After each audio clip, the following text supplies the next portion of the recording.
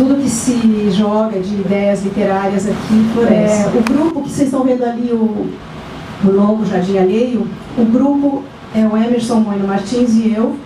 É um grupo, nós dois nos conhecemos no ano passado, depois de fazer cursos diferentes de crítica literária, que a gente foi fazer para estudar melhor o que a gente escreve. E a gente se interessou muito pelo que a crítica permite. Você passa, depois que você estuda um pouco de crítica literária, você passa a ler de outra forma. E, então, terminados os cursos, nós não quisemos parar de estudar isso. E uma coisa levou a outra. Nós conseguimos agora completar um ano de ciclos de crítica, convidando autores, inclusive uma autora que está aqui, que é a Noemi Jaffe, na Martins Fontes, onde a gente fazia uma oficina com as pessoas que participavam e também conversava com os autores a respeito da obra deles e eles conversam com a gente a respeito dos textos de crítica escritos a respeito da obra deles. Esse ano de ciclos terminou, a gente foi convidado para passar para a Casa das Rosas. Então, o ano que vem ele vai ser feito na Casa das Rosas, é aberto ao público, vai ser sempre às terças-feiras. E, enfim, essa coisa de crítica parece que realmente interessa muito mais pelo aspecto da leitura do que só escrever textos de crítica. Então, se alguém tiver uma vontade, hoje nós estamos realmente privilegiados com essas 3 pessoas bárbaras que escreveram livros maravilhosos. Semana passada ou retrasada saiu na Folha, eu acho que foi a Raquel Koser que escreveu uma matéria sobre o que a gente chama agora de autoficção, que é um tipo de literatura que é ficção, mas que tem muitos elementos autobiográficos, né? E ela estava ressaltando como isso tem surgido bastante justamente nessa literatura brasileira contemporânea. Ela deu ali vários exemplos, o Jacques era um deles, acho que o Michel Laub era outro, né? Ela tinha ali a foto e cada um deles, cada um deles dava ali um curto depoimento. Então me ocorre, em vista do que vocês estão dizendo, que faz perfeito sentido, será que o fato de haver um momento propício, de maneira geral, na literatura brasileira para autoficção favorece, já que a literatura laica é muito atrelada à memória, quer dizer, para nós é muito importante lembrar da maneira que vocês se referenciaram. Será que é isto ou será que isso em parte explica esse surgimento de todos esses jovens falando de literatura de uma maneira que a gente reconhece como literatura judaica brasileira? Será que tem alguma correlação? De novo, alertando que eu estou pensando sobre isso agora. Mas existe, sim, uma tendência na literatura contemporânea mundial, no Ocidente, a falar do eu, né? A autoficção. Nos Estados Unidos isso está quase virando lugar comum, né? Virou um clichê tão grande que as pessoas já ouvem com certo desdém esse termo autoficção, porque quase tudo que se produz é autoficção, né? Virou uma categoria hiper abrangente. E no Brasil, né, como o Brasil está sempre um pouco a reboque do que acontece fora daqui, então isso está agora se tornando uma coisa muito moderna, a autoficção. E eu acho que essa explosão de autoficção está acontecendo não só entre os escritores judeus brasileiros, mas entre os não-judeus também. Está tendo muito livro em que o autor se ficcionaliza falando da sua própria história, da sua biografia. Bastante mesmo, né? Tanto falando sobre a ditadura, como falando sobre a vida, né? Mesmo que não seja uma vida marcada por algum trauma, sobre a infância. Então eu acho que, eu penso que seja por causa dessa tendência, esse fenômeno da literatura contemporânea do Ocidente, que entre isso se incluem, né, alguns judeus que também escrevem autoficção. Eu penso que seja mais dentro desse guarda-chuva maior que se inclui a autoficção escrita por judeus, né? Então os escritores jovens judeus brasileiros estão dentro dessa mesma tendência mundial que não é só feita por judeus. Isso, eu imagino, estou pensando isso agora, eu imagino que seja mais por causa disso, por causa de uma tendência mundial, não necessariamente judaica. Eu não sei, eu tenho minhas dúvidas quanto a tendências mundiais e países que dirigem a literatura do mundo e editam. Não sei, eu acho, e agora eu só posso falar da minha experiência, eu acho que escrever, eu acho que a literatura é uma coisa muito particular, uma coisa muito íntima, uma coisa muito pessoal, né? E eu não sei se os escritores buscam ajustar a sua escrita às tendências da moda, né? Esse gênero da autoficção, se a gente pensar em Proust, que escreveu há um século, né, ele também escreveu autoficção, né? Se a gente pensar em Bruno Schulz, que escreveu há 80 anos, ele também escreveu autoficção. Se a gente pensar em Kafka, também pode ser visto como uma autoficção. Não, só duas ressalvas. A primeira é que não acho que esses escritores aqui no Brasil, os que ela citou, escrevam por causa de uma tendência, mas que eles sejam um pouco reflexo dessa tendência. Escrever em primeira pessoa. Mas em segundo lugar, Luiz, porque como eu sou professora de escrita criativa, e eu estudo um pouco os cursos de escrita criativa americanos, e aqui no Brasil também, e eu vou contra essa coisa de tendência, né? Eu tento ir mais nos Estados Unidos. Se você for olhar os dogmas da doutrina Creative Writing, um deles é Write what you know. É quase como escreva sobre você mesmo, né? E os alunos vão lá, feito ovelhinhas obedecendo. E aqui no Brasil tem isso também. Tem muito isso, tem muita gente obedecendo tendência, Luiz. Mas quem não escreve sobre si mesmo? No fundo, tudo que a gente escreve é alguma coisa, mesmo que a gente está escrevendo sobre um personagem, né? Você está colocando em cima daquele personagem coisas que de alguma maneira são tuas e você conhece, né? Agora, eu acho que tem uma outra coisa, mesmo essa escrita de autoficção, mesmo essa escrita que toma a memória como ponto de partida, nunca deve ser entendida como uma tentativa de expressão de uma verdade, né? Não sei, pelo menos no meu trabalho, eu muitas vezes tomo as memórias como ponto de partida, mas o meu propósito não é representar as minhas memórias. Eu pego alguma memória, mas aí eu construo alguma coisa nova com aquilo. Eu faço alguma outra coisa. E o que vai aparecer no livro não necessariamente tem uma contrapartida ou teve uma contrapartida no mundo real, né? Talvez seja alguma coisa plausível, mas não necessariamente alguma coisa verdadeira. Obrigada.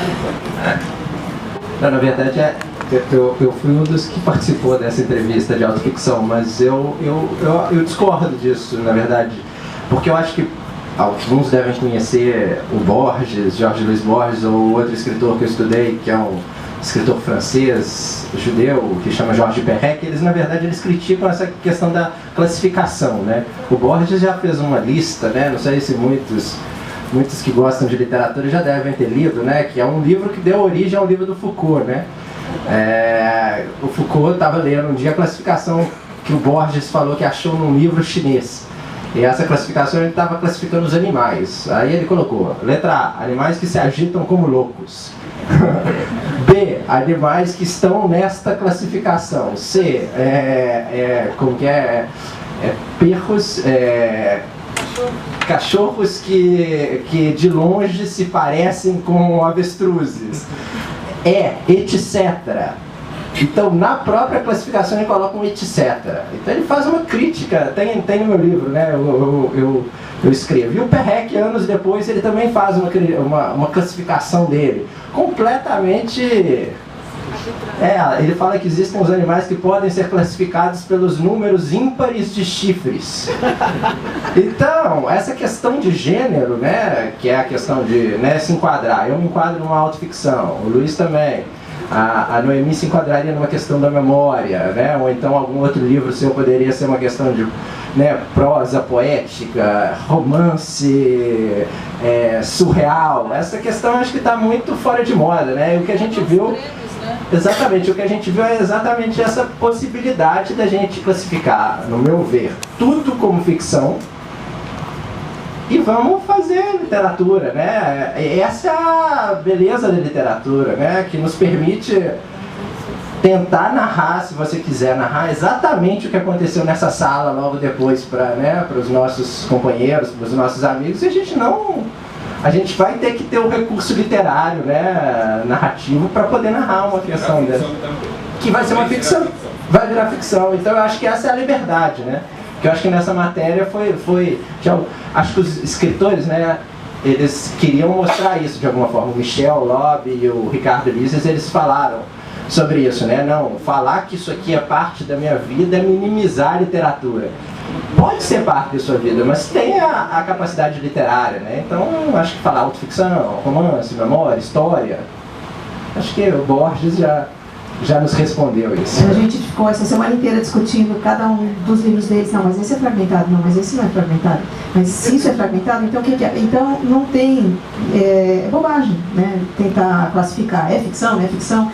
Agora, o fato é que fala-se mais no eu. Então, ou por, sei lá, vontade, ou por influência, não sei... a gente vê, pelo menos em alguns autores, essa insistência. Aqui no Brasil está se chamando a atenção para isso, né? A pergunta era mais se isso favoreceria eu acho que a gente falou bastante aqui sobre a memória, e essa foto, aliás, apesar de que a pergunta eu tinha feito para a Noemi, é uma foto dos judeus saindo de Hamburgo, acho que em 1908. Então, o seu livro me lembrou muito, o seu livro, Luiz, me lembrou muito essa foto, porque dá para ver eles ali muito religiosos e sendo observados, aqui nessa foto está com muito pouca resolução, sendo observados como bichos muito estranhos, agrupados ali tentando conseguir seu passaporte, seu visto de saída, sei lá como é que se chamava isso. Isso em 1908. Né, um número grande. Quando a gente fala, na Alemanha estava tudo ótimo, os judeus estavam tão bem, nem tanto, né? Vocês viram quando tinham naquela sala, né? Aqui, esse trecho: os malditos nazistas que naquela noite me espancaram me fizeram resgatar minhas memórias e minha literatura. Resgataram minha vontade de testemunhar, de me prender ainda mais às lembranças. Isso está nesse livro Antiterapias, do Jacques. E então a pergunta como é que você... O que representou escrever esse livro para você? É isto? Na verdade, essa ilustração aqui é um trecho... O Emerson fotografou os quadros do Lazar Segal, alguns detalhes, né? Isso aqui é um que se chama Pogrom.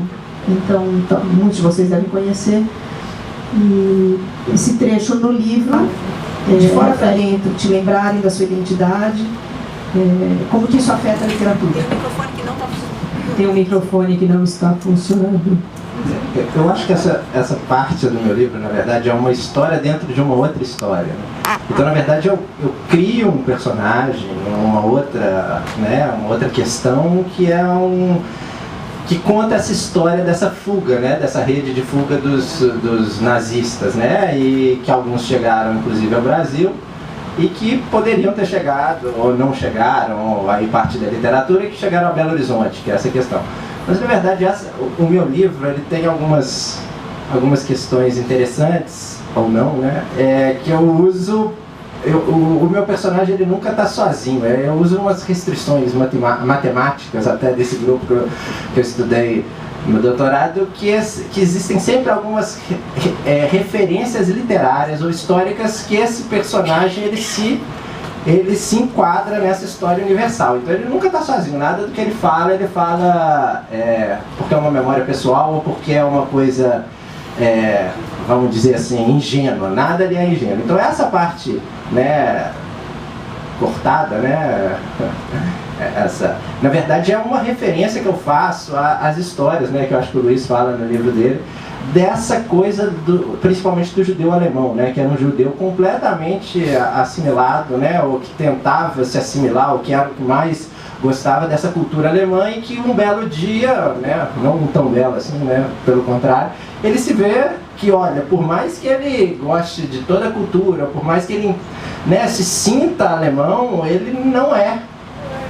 Ele fala a língua alemã, e não sei o que, e foi ele, né, tem uma parte, um desses livros que a gente estuda que é muito tocante, né, que um dos judeus alemães que estavam sendo levados para os campos, ele fala para um dos guardas: olha, eu sou mais alemão que você,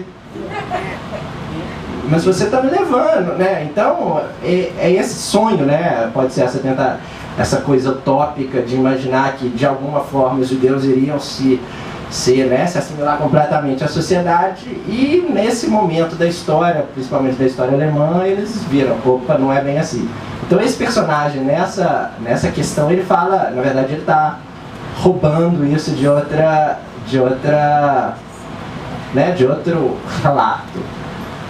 E eu acho que é isso, né? Eu acho que a literatura, e eu acho que a literatura de uma forma geral é essa capacidade que a gente tem de tudo que a gente recebeu, a gente pode, né, falar por que a gente cita tanto, ou por que a gente recebe tanto de Kafka, né, que vocês citaram, do Primo Levi ou de outros escritores. Eu estava até falando com a Noemi que tem um pedaço que ela fala, que ela está comentando, que eu achei muito próximo a Clarice Lispector, né? Então eu acho que essa é a capacidade que tem da literatura e do próprio judeu, né? Quando a gente entra numa comunidade, a gente recebe valores, né? A gente recebe tanto que às vezes a gente vê o que é nosso, o que não é nosso, o que pode não ser nosso, o que a gente vai, né, assimilar ou não assimilar. Então eu acho que essa é a questão desse personagem, né, que é essa história dentro da história, né? Na verdade, essa questão dos judeus assimilados é uma questão que eu abordo bastante nos meus dois livros, né? Porque esse é um grupo muito estranho, né? Esse é um grupo que já não tinha mais tão claro para si o que era esse ser judeu, né?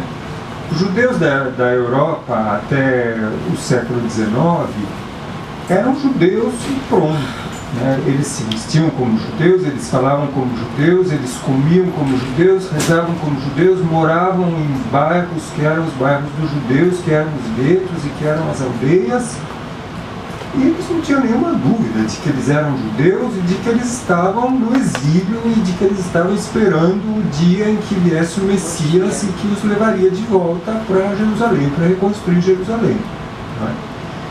Quando começa a emancipação dos judeus, na França, depois na Itália, na Alemanha, na Áustria, essa identidade judaica, que antes era uma coisa completa e simples, se torna uma coisa complexa, né?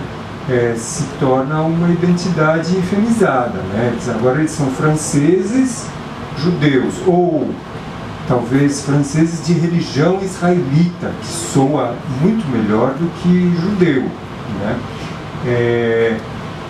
E assim por diante, né?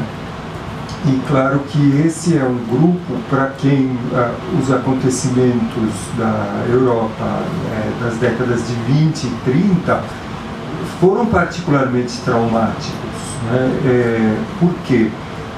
Porque essas pessoas ficaram sem nada, né? Essas pessoas que já não tinham mais uma ligação integral com o judaísmo, com a observância religiosa, com os parâmetros da fé religiosa, quando foram jogadas fora da Europa, ficaram perdidas, ficaram pairando entre um lugar aonde eles queriam chegar e que os mandou para fora, e um lugar da onde disseram para eles que eles vinham, mas que eles já não conheciam mais e muitas vezes também não estavam muito interessados em conhecer, né? E então, paradoxalmente, o destino judaico, que é esse destino do desterro, que é esse destino do ser estrangeiro, que é esse destino do ser o outro, né, de alguma maneira parece que se manifesta mais claramente justamente no destino desses judeus assimilados, porque para eles nem mesmo Israel era um lar. Muitos foram para Israel porque não tinham outro lugar para onde ir, mas eles chegaram lá e não é que eles sentiam que agora tinham chegado onde desejavam chegar, né? Eles chegaram lá, mas continuaram a se sentir estrangeiros lá também. Então, esse grupo é um grupo que me parece muito fascinante. E os personagens dos meus livros, pelo menos a maioria deles, vem desse universo. Se existe uma coisa comum na crítica ao judeu, escrita pelo próprio judeu, se isso oferece ao mundo subsídios negativos, porque frequentemente a gente ouve: eu não leio tal autor judeu, ele é antissemita, olha os personagens dele e tal. Então, a gente, claro, 100 anos atrás, você fazer uma coisa dessa como judeu, você podia estar até causando um pogrom. Hoje em dia a gente faz isso com uma certa tranquilidade, o que não quer dizer que todo mundo gosta, mas a minha pergunta é: faz com uma tranquilidade ou não? Outra questão que na verdade tem a ver com uma pessoa que estava aqui até agora, que também é escritora, que é a Miriam Mermelstein. Ela escreveu um livro de contos a respeito dos judeus que foram para a Rolândia no começo do século, um livro muito interessante. E eu lembro das discussões, quando ela estava trabalhando no livro, colocaram ou não um glossário, porque claro, eles falavam Yiddish.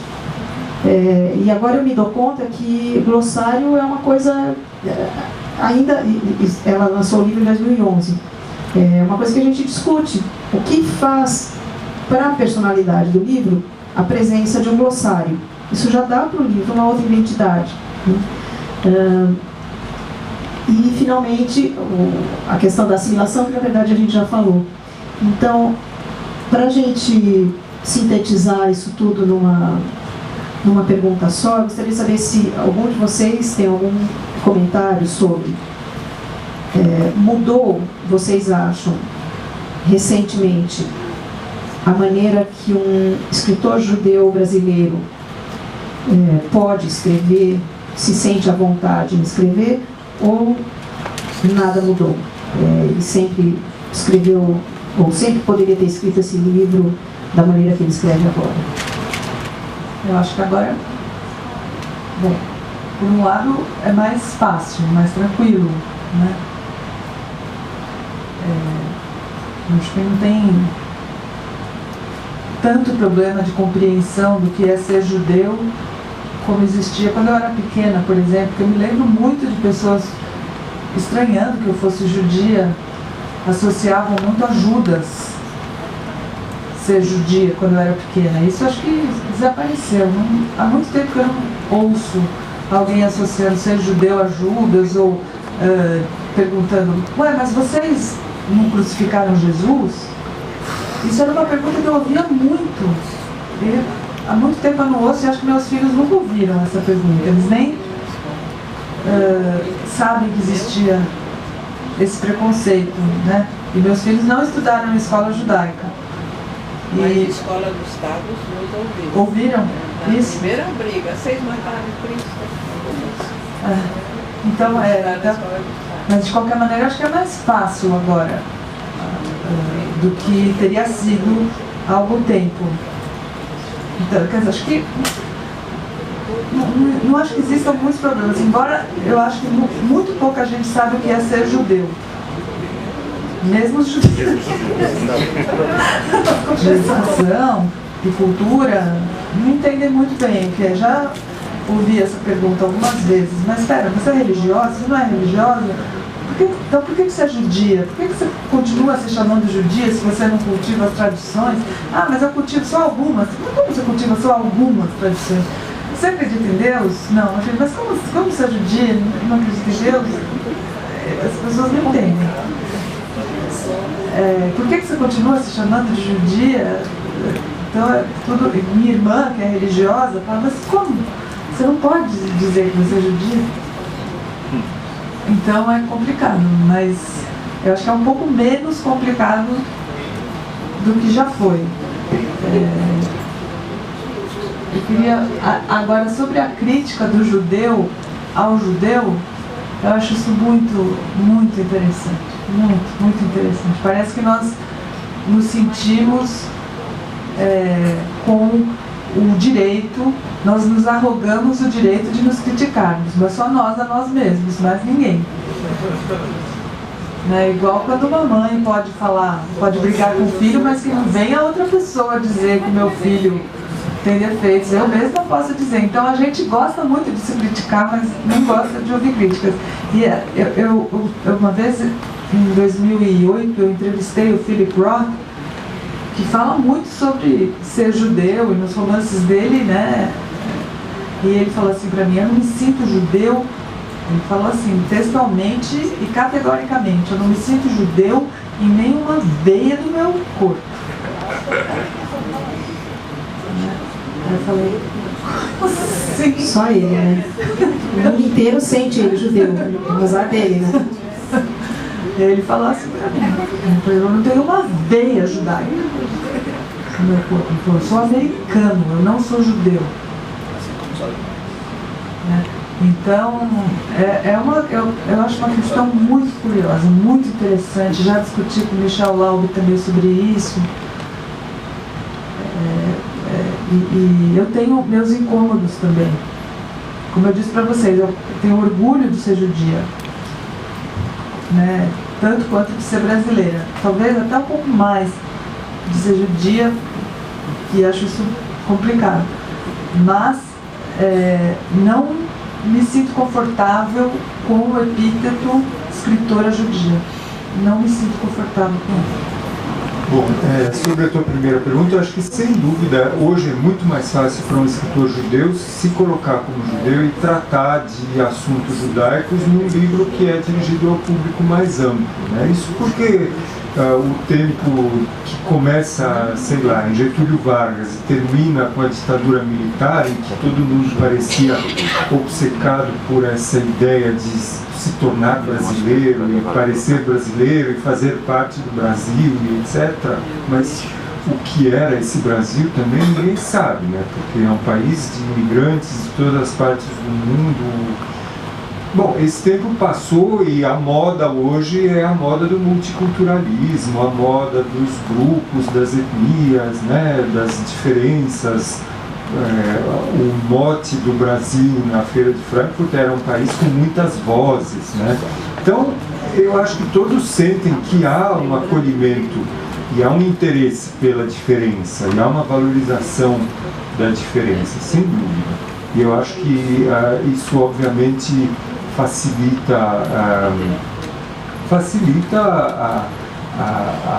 o tratamento de temas judaicos dentro da literatura. Eu acho que isso é uma coisa do nosso tempo, felizmente, né? Eu acho que é uma sorte a gente viver esse tempo. Eu acho que essa questão da autocrítica, eu até conversava com o Ronaldo Bergiani, que eu acho que a gente é capaz de ter essa ironia, né? Eu acho que a questão de criticar o próprio judeu, a gente se autocriticar o tempo todo, é uma questão de ironia, de humor judaico, que eu acho que é uma questão que deve estar desde, né, do Moisés, né? Ele deve ter chegado com 11 mandamentos, né? E na verdade eles tiraram alguma coisa assim.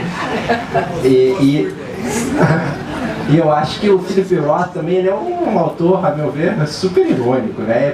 Fizeram a mesma pergunta para ele, qual o conselho que você daria para um escritor que estivesse começando, né? Aí ele falou, não seja escritor. E isso para mim é o seguinte, né? Tanto o escritor quanto o judeu, né? Ele não tem essa possibilidade de não ser, né? Eu acho que o escritor, aquele que quer escrever, que não tem outra saída, um cara falando para ele, ó, não escreva, ele vai simplesmente, não, eu não consigo, eu tenho que escrever, né? Preciso escrever, é o que eu sei fazer, é o que eu...